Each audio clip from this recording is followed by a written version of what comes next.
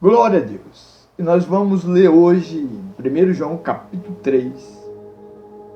Primeira epístola de João, capítulo 3, que fala sobre os filhos de Deus. Então, você quer saber de fato quem são e como procedem os filhos de Deus? Vamos juntos meditar nesta palavra.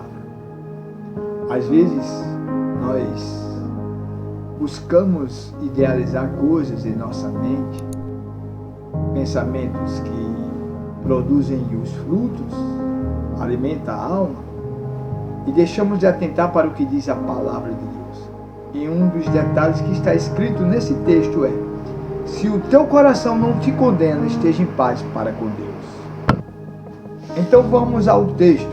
Primeira epístola de João, capítulo 3.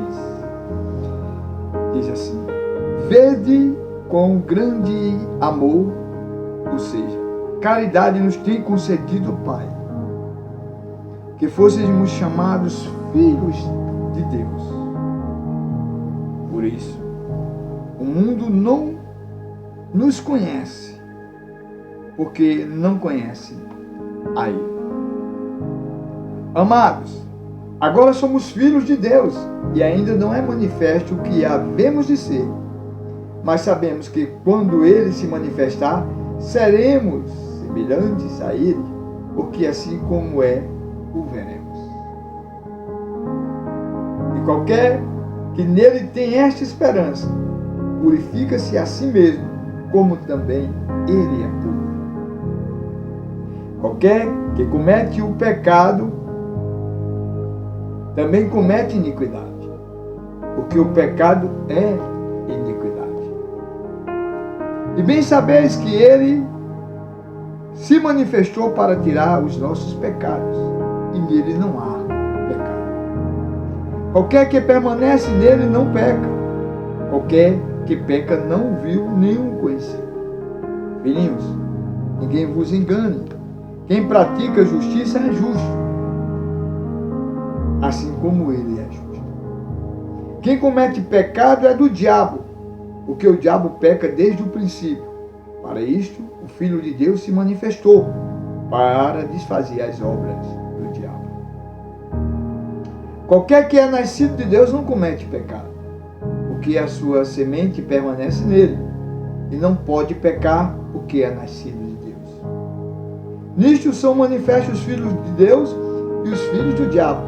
Qualquer que não pratica a justiça e não ama a seu irmão, não é de Deus. Porque esta é a mensagem que ouviste desde o princípio, que nos amemos uns aos outros. Não como Caim, que era do maligno e matou a seu irmão. Por que causa o matou? Porque as suas obras eram más e as de seu irmão justas.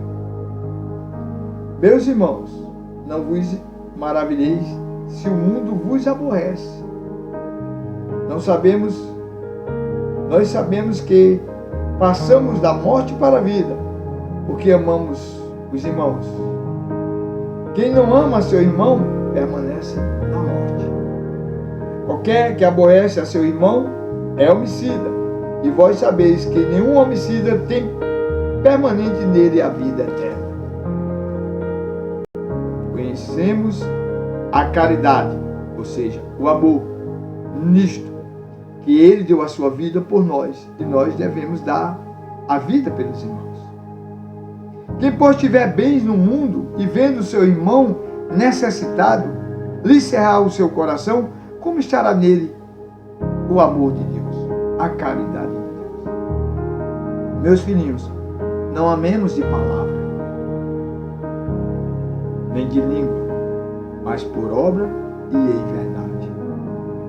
E nisto conhecemos que somos da verdade, e diante dele asseguraremos nosso coração, sabendo que se o nosso coração nos condena, maior é Deus do que o nosso coração, e conhece todas as coisas.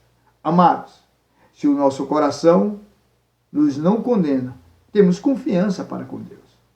E qualquer coisa que lhe pedimos dele, a receberemos, porque guardamos os seus mandamentos e fazemos o que é agradável à sua vista. E o seu mandamento é este, que creamos no nome de Jesus Cristo, do seu Filho Jesus Cristo, e nos amemos uns aos outros, segundo o seu mandamento. E aquele que guardar os seus mandamentos, nele está, e ele nele. E nisto conhecemos que ele está em nós, pelo Espírito que nos tem dado.